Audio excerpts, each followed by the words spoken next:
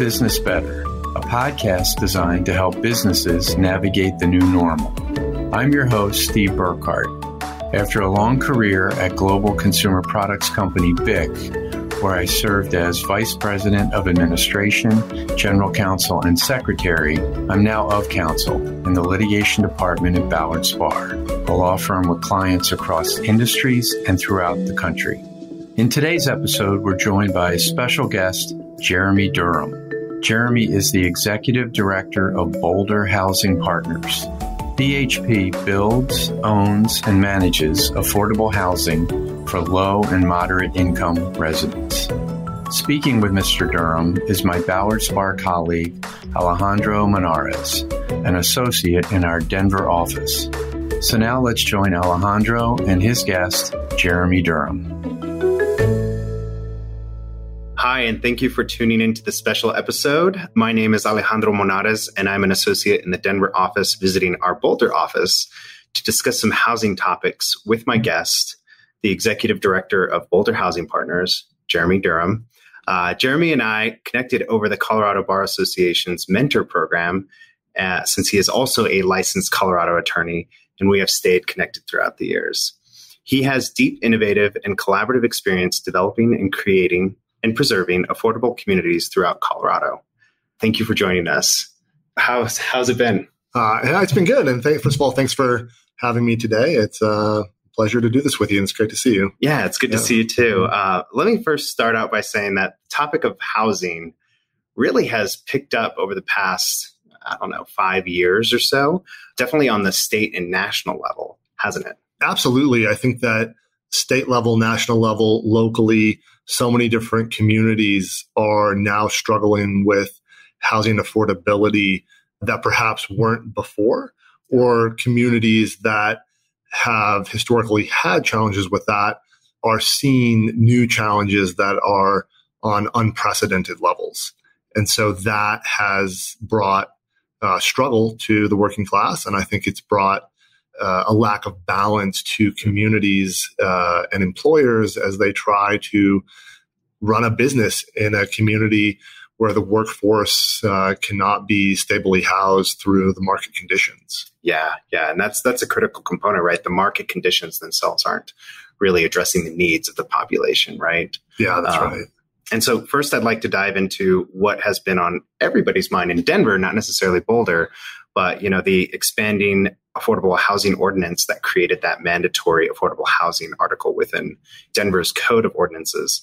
This is Denver's latest iteration of inclusionary zoning or inclusionary ordinance that we've seen more and more be passed across the nation. But first, if you don't mind sharing, what is a inclusionary zoning or an inclusionary housing ordinance?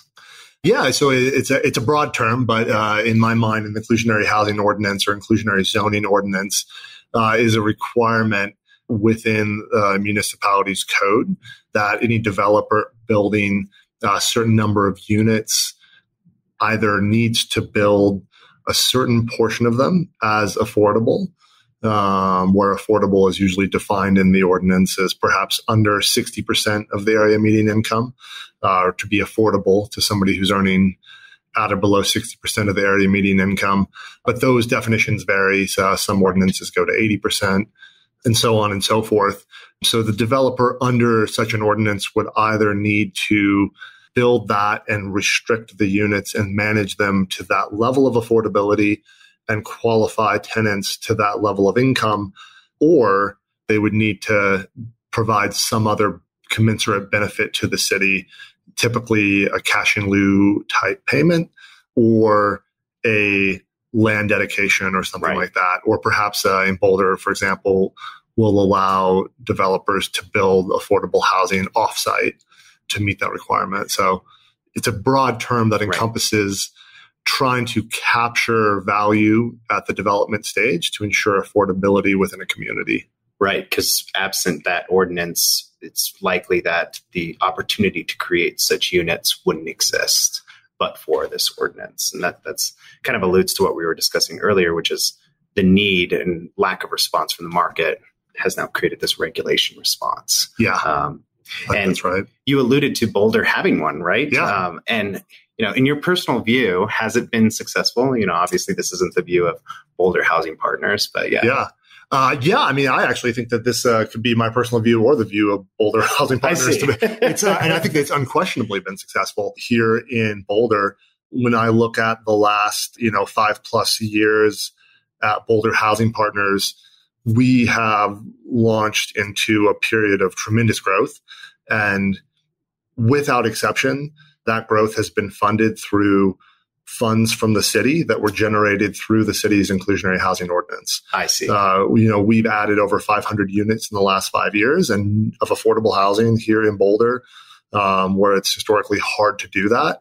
And every one of those units has been touched in a substantial way by City of Boulder inclusionary housing funding that was paid for by developers as part of their inclusionary housing obligation. So especially in a high cost, difficult to develop community like Boulder, using the traditional sources of low-income housing tax credits, whether they're the more generous competitive variety or the more modest non-competitive variety, layered with the typical state resources like home funds and CDBG funds, is just not even close to enough to get you to the level of sources needed to put an affordable unit online in Boulder. And to have this source to come in and plug that gap has been essential to how we've been able to do what we've been able to do.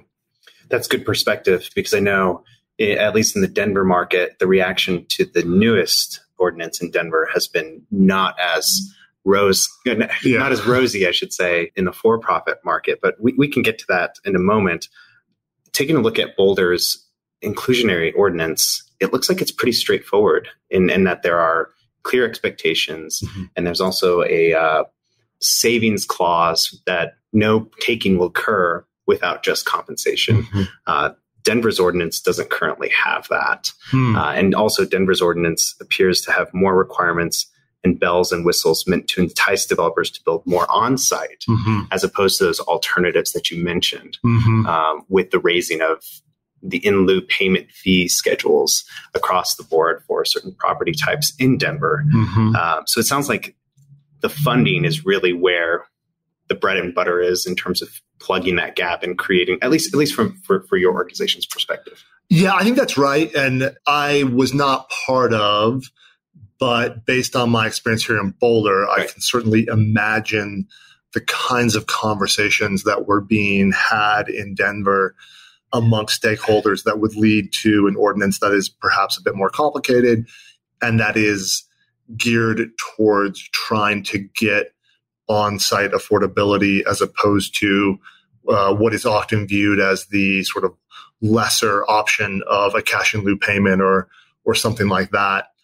Because we've had those conversations here in Boulder as well. In fact, they resurface every political cycle. And I think that certainly on-site affordable housing is great when you're able to get it. It's very rare, though.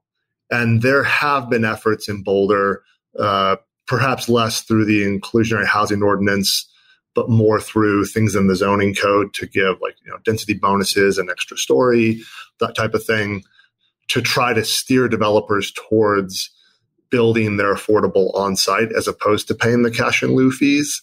And despite good efforts and good intentions, that just really hasn't come to pass.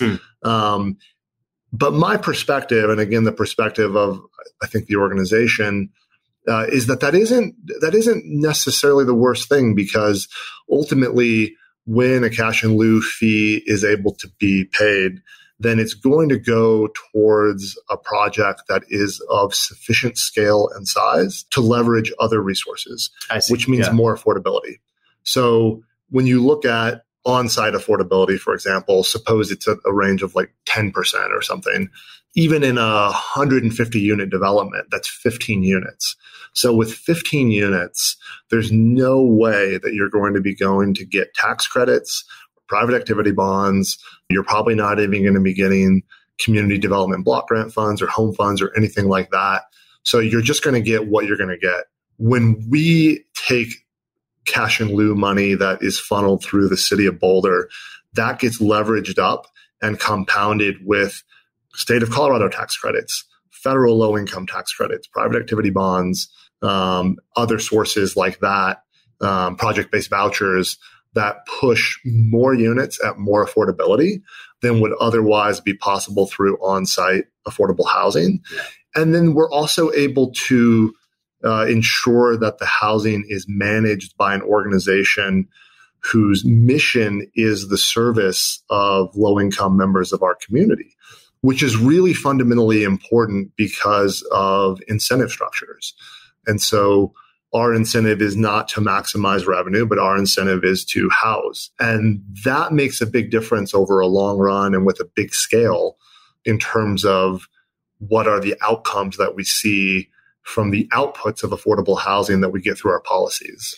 That's a good point. I'm glad you touched on the expertise that housing authorities bring to the table in terms of developing and maintaining these units for the life of their affordability period, because oftentimes there isn't that 30-year, 40-year perspective for traditional developers who may not be looking at that at that point.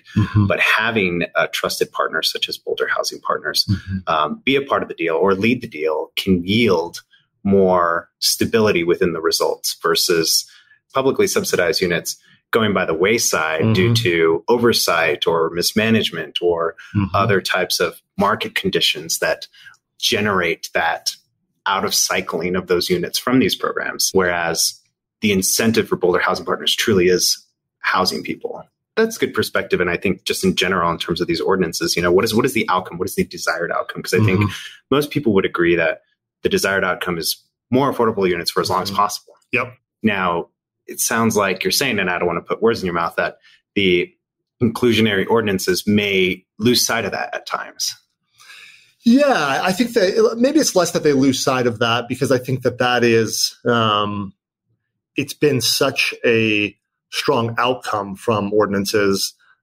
And I think that a lot of the conversations around ordinances tend to steer back to a perhaps idealized notion that in any 100-unit development, 10 or 20% of the units should just be affordable, and it should be just as simple as that. Right. And I don't think it's that simple. And I think that there's opportunities that get left on the table to do more affordability, to build communities, which is another really big part of it. Yeah. Certainly, there is a place for mixed income housing. And we've developed recently a number of mixed income communities.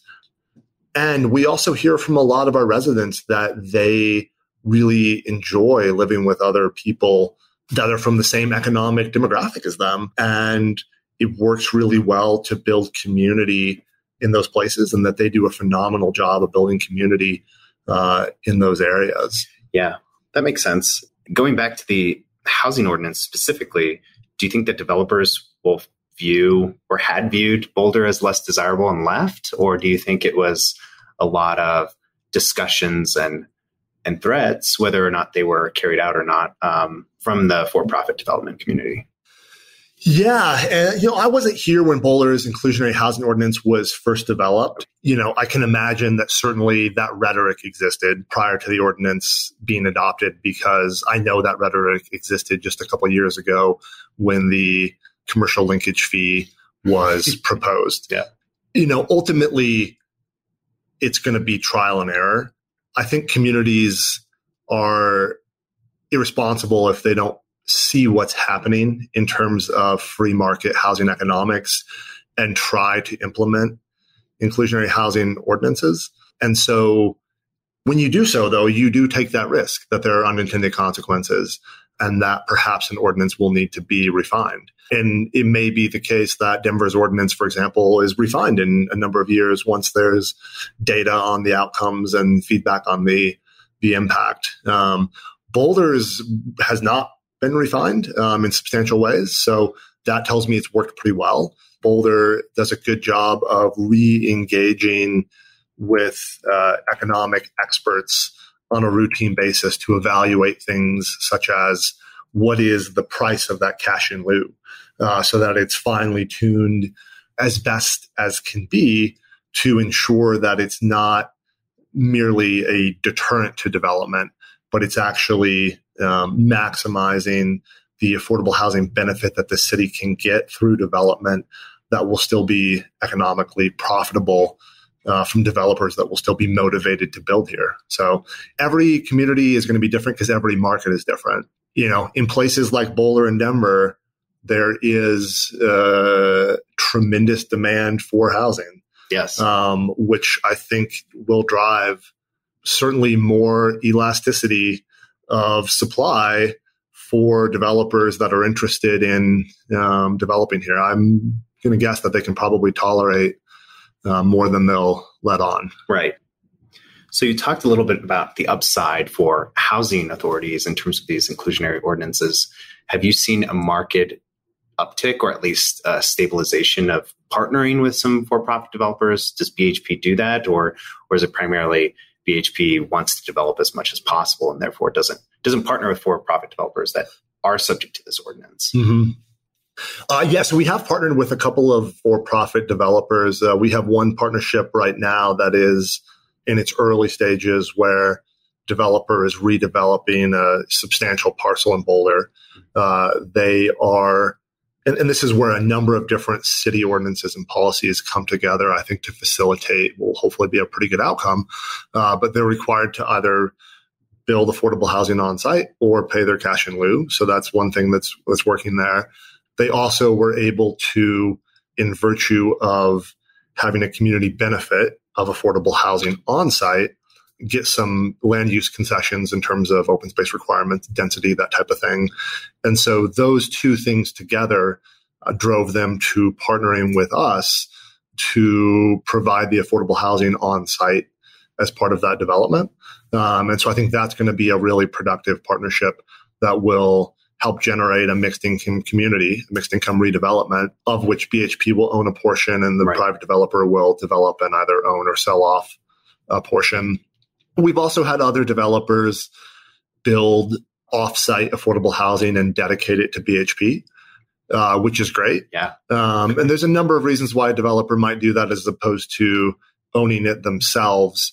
But that does give you a little window into the mind of at least some private developers in terms of the challenges of managing and remaining compliant with affordable housing, which is one of the reasons I think we see so many developers opt to pay the cash in lieu as opposed to building on site. Because in this instance, the developer actually went and built and made a dedication to us. So those are some of the partnerships that we've had in recent years. I definitely think having options helps, especially when affordability is largely due to a lack of supply. Yeah. And so how to balance that line of overregulation, which will inhibit supply production, versus underregulation, which will also inhibit supply production as it relates to affordable units. Right.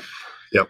That kind of takes us into our next topic, which is that there's a lot of innovations happening across the state, and some may say innovation, some may say overregulation, depending on your perspective. But Senate Bill 232 this year created a new state housing authority known as the Middle Income Housing Authority. And seasoned professionals like ourselves know that housing is a broader continuum and that there's certain income levels based on how much money a person can make, what type of affordable unit they can have, and how that leads them up into what our society views as the golden ideal, which is home ownership. Mm-hmm. But can you talk a little bit about what is middle income housing, and is it affordable housing? I think to some degree that's just some semantics, but the way I use the terms, I would define affordable housing as 60% of the area median income, and which is below. What the IRS and which, federal government. Yep, and that's why I would define it that way, because I think that it's really separating that term from its funding streams is impractical. Okay, it just starts to become a term that's less useful in our vernacular as we try to actually accomplish things. So if we were to talk about affordable housing and incidentally use the term in a way where there isn't an available funding stream to accomplish what it is that we're talking about, then we're probably wasting our time. And so when I use the term affordable housing, I talk about 60% area median income housing and below. When I use the term middle income housing, that's a term that's, I think, in the process of being developed because it's a relatively new need. Right. And it's been called workforce housing. Workforce housing, for instance, yeah. I think about 80 to 120% AMI. I also tend to think about it in terms of home ownership, although that isn't exclusively the case. But the reason I tend to think of it in those terms is that the free market, even in places like Boulder, is still providing relatively affordable housing options, where affordable is defined as a third of your income for folks earning between 80 and 120% of the area median income. So in terms of where a government intervention is, or a market intervention may be necessary, less so, I think, on the rental side. On the homeownership side, certainly the market in Boulder is not providing any housing for folks to own between 80 and 120% AMI. That's just not happening. Yeah. That's the skyrocketing prices of homes. And I think sometime before the pandemic, the average median price in Boulder reached $1 million, which is one of the hottest markets, if not the hottest markets at that time. And so it's not surprising to think of, in terms of how we categorize housing in general, it's very important that we be intentional in our language. From my perspective, I agree with you. It's 80 to 120% AMI. And is it attainable to those individuals? I think it's, for high cost living areas where wages haven't kept up, I think there's a strong argument to be made that it is affordable or attainable housing. But in terms of being mindful of using language that is attached to the subsidies, I think that's important too. Mm-hmm. So with this new middle income housing authority, let me back up and say, has BHP explored or completed any developments that contemplate serving the needs of this sector of the population? Mm-hmm. If yes, how did it go? And if why not? Or if not, why not? Yeah, we have explored and contemplated it, and we continue to do so on a semi-regular basis. Okay. When we've looked at the amount of subsidy required in Boulder to build and put online a middle income for sale unit, it just gets to be astronomically high. And it's very difficult for us to justify allocating, perhaps twice as many local resources to providing a home ownership opportunity for somebody earning 100% AMI or 85% AMI, say, as somebody earning 50 or 60% AMI to have a rental opportunity. And is that because there's more subsidies available for that lower income bracket? That's right. Okay. Yeah, that's exactly right. There's more subsidies available because there's state tax credits, there's federal tax credits. Right. So that is, I think, the biggest driver is those sources that are available, which then produce an outcome where we would need to invest more of our organization's resource to house somebody at a higher income bracket. Yeah. Part of it also, though, is that as a housing authority, our mission is in part to house those with the greatest need. And so as we continue to drive in that direction with a certain level of focus, it would be great if there was somebody else that could look at tackling these other challenges that are coming about. Because for us, that prioritization, it's difficult to imagine a scenario where we're going to want to prioritize serving folks with higher income when to own a home, right? Because the real argument there is generational wealth, it's equity that individual or family would gain over time. It's wealth building, right? Which is certainly a need. It's extremely important. And through the lens of a housing authority and the housing authority's priorities, it is likely not as high of a priority as ensuring that there is a roof over the head of somebody that may otherwise not have that, or that a family is housed in a way that is stable, for them to meet that fundamental human need for shelter as they go about, living and working in this community, performing jobs that this community needs them to provide. Yes. So I think that is where things have landed for us. We continue to look at it as something that, could a development slot in 5 or 6 units of for sale middle income housing? It's something that we'll probably continue to look at on each development that might make sense for. That makes sense. From a mission perspective, perhaps the generation of more middle income housing units, whether they be for sale or rental, allows for upward mobility as people earn more and cycle out of the lower income programs, typically find themselves facing a gulf in terms of their attainable housing that they can afford at that time. And so how, the production of middle income housing units might actually increase the availability of affordable housing, which is BHP's bread and butter and mission objective, as you mentioned. Right. And so, this Middle Income Housing Authority was created in the Senate, passed. I think there were 52 or more than 50 amendments to the bill. So it was hotly contested, or at least amended. And so let me do a little overview of what the Middle Income Housing Authority is. It's a newly created special purpose authority that has broad tax exemption rights or abilities, I should say, and the ability to issue bonds. And these bonds will be exempt from Colorado taxes. And really its purpose is to purchase and use of property for the benefit of the authority and maintain it in perpetuity while partnering with local for-profit, nonprofit, housing authority, municipalities to create this housing and develop it. And so housing authorities, local governments, and developers may apply for project proposals with the authority. And there is a limitation on private development fees, private sector development fees. So I think the board is scheduled to be set as of September 1st, I think is the deadline. But that board will be reviewing applications shortly thereafter because the bill calls for a pilot phase, and that pilot phase is going to be actively seeking developments that it can really propose as flagships for the authority moving forward. And I think housing authorities may be uniquely positioned in that they do have that aligned vision. They do have that aligned expertise, I should say, in creating affordable units in that traditional sense. Maybe some of that expertise can be transitioned since it isn't quite as regulated as we currently see for the affordable space as it relates to middle income housing.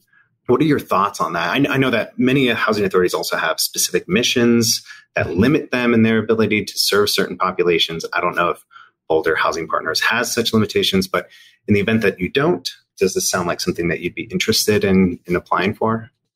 Yeah, so for us, we don't have that limitation formally. I think that we do to some degree historically.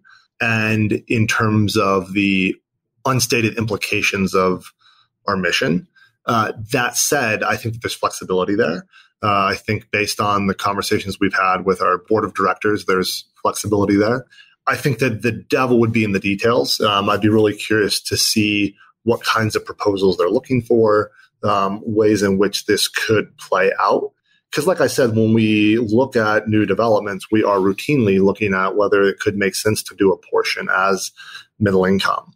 And so if there are new benefits that would get us closer to having that pencil out as a result of a partnership with the Middle Income Housing Authority, that would certainly be worth exploring.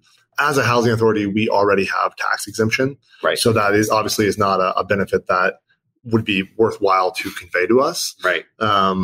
Although I'd be really curious to see what other funding and partnership mechanisms could be set up. Yeah. I think they have broad bonding authority. So being able to access that funding mechanism might be that untapped source that you referenced earlier as it relates to, there's a huge gap within middle income housing that just doesn't justify the expenditure of these more fungible funds, for lack of a better term.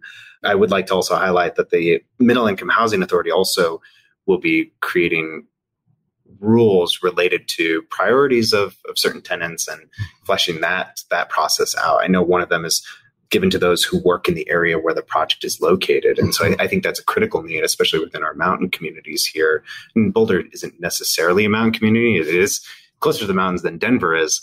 And so I'm curious how this is going to play out across the state now that it's a state housing. Maybe it'll be such that most of the work will be in the mountains versus the metro areas where it's already being served by, for instance, affordable units who are cycling out of the program for whatever reason and are higher than affordable rents now, but still below market rents. I think those are really good insights. And, there are really key fundamental differences between our mountain communities and our front range communities. And argument could be made that Boulder has tons of middle income housing. It's just in Westminster, right? Got it.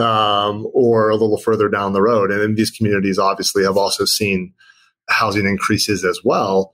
But there is at least the option for somebody who works in Boulder to own a home that's affordable to them within what would be considered for a lot of the country a very modest commute.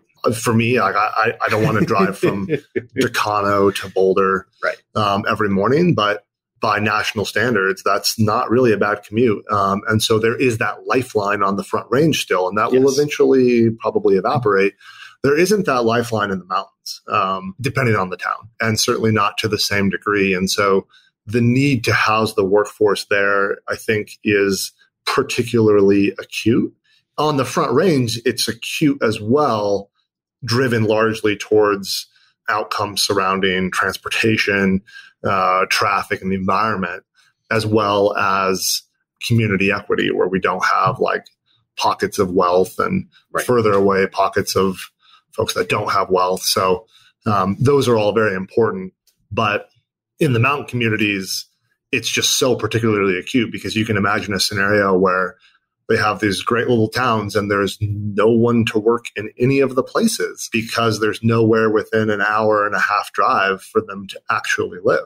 Right. And even if they are within an hour and a half, each subsidy dollar provided within that housing unit is further limited by that commute time and the out-of-pocket expenses that person experiences on gas, especially as that continues to rise. Yes. But to avoid this becoming a larger economic discussion on the state of our nation currently, I did want to also, offer some time I've been watching your career and I've been really excited and in awe of what you've been able to accomplish, and wanted to see, if there's any exciting new developments coming down your pipeline in it that you'd like to share.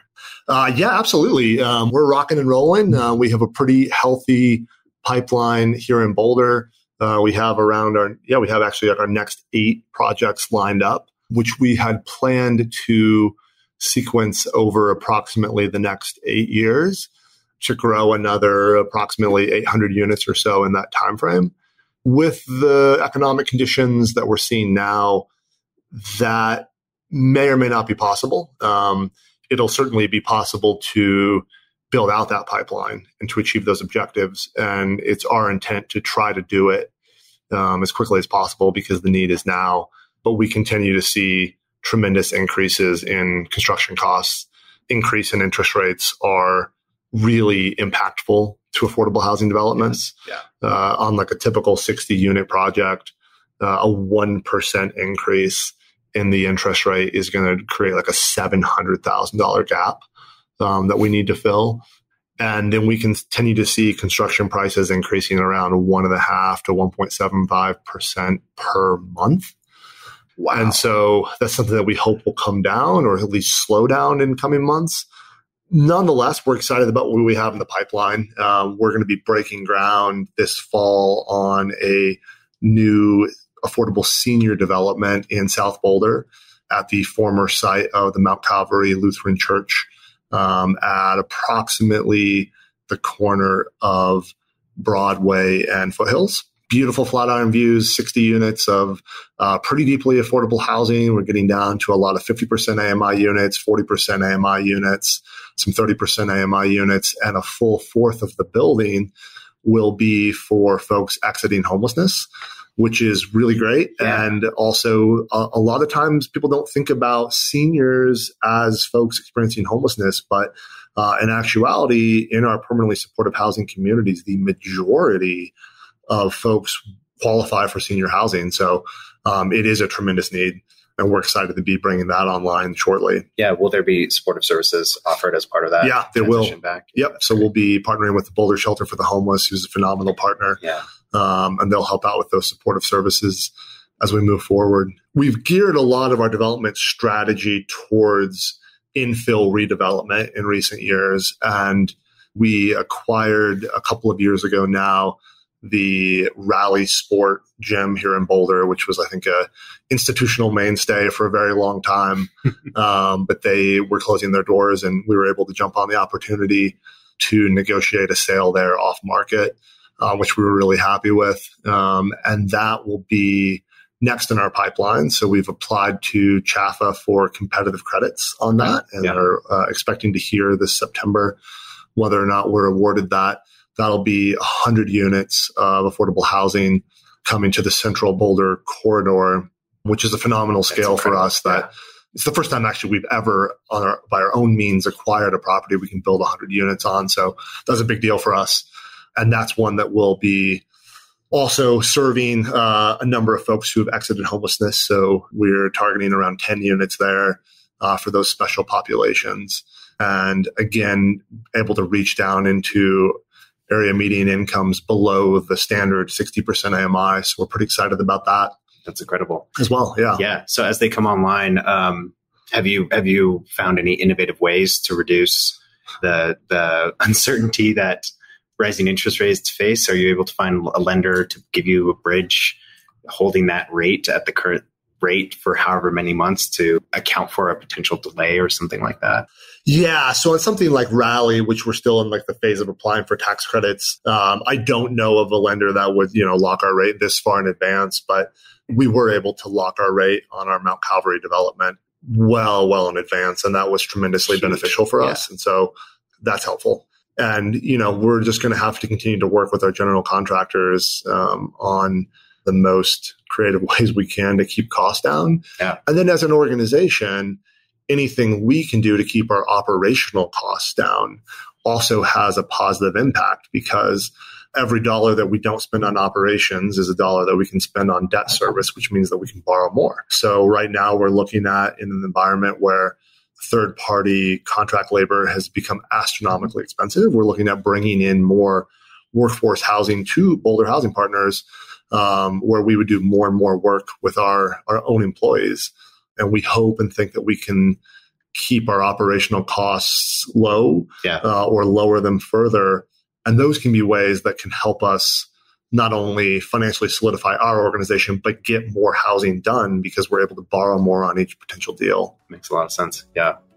Well, I really appreciate the time that you gave myself and our listeners today. And we applaud the work that you do. And we're thankful that you were able to share some of your insights. I really appreciate it. Thank you. Yeah, thank you. Thanks again to Alejandro Monarez and Jeremy Durham. Make sure to visit our website, www.ballardspar.com, where you can find the latest news and guidance from our attorneys. Subscribe to the show in Apple Podcasts, Google Play, Spotify, or your favorite podcast platform.